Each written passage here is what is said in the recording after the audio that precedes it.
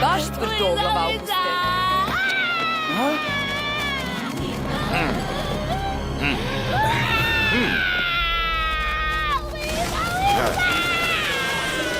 Što se dogodilo? Njegove emocije su nestale.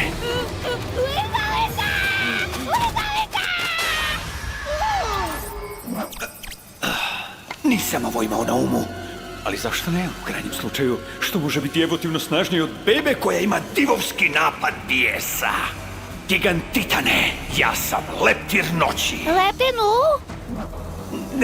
Ne leptinu, samo leptir noći. Dobro, ti ćeš biti velik i jak i moći ćeš činiti sve što poželiš.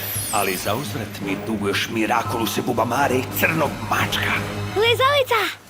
Ne lizalica, Mirakulus, Mirakulus!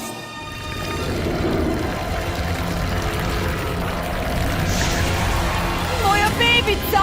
Lizalica! Lizalica! Današnja djeca baš brzo rastu, zar ne? To je beba! Nemoj sad trepnuti! Lizalica! Lizalica!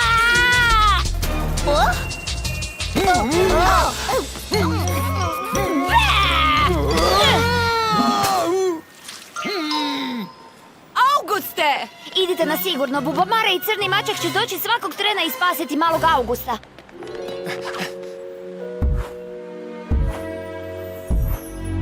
Ma daj, htio sam napraviti pauzu za sir. A, nemoj biti takva beba. Plek, šape van!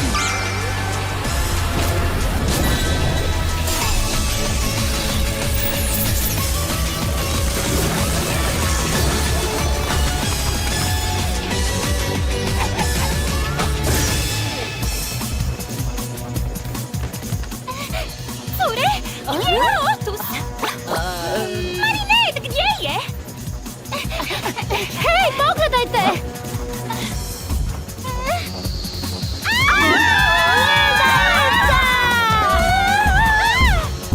Pa ti si najveće derište koje sam ikada vidio. Maca! Idemo na kopanac, Mega Bebo. Ha! Ulovi me! Idemo lijepo smočiti stopala, ali ne smijemo nikoga prskati, okej? Mamiška prema rijeci gdje nema što uništiti. Dobar potez, crni mačku. Čini se da će romantičan izlazak s Adrianom morati pričekati. Pauzirat ćemo ga zbog epske bitke uz crnog mačka. Tiki, točke van! Ha!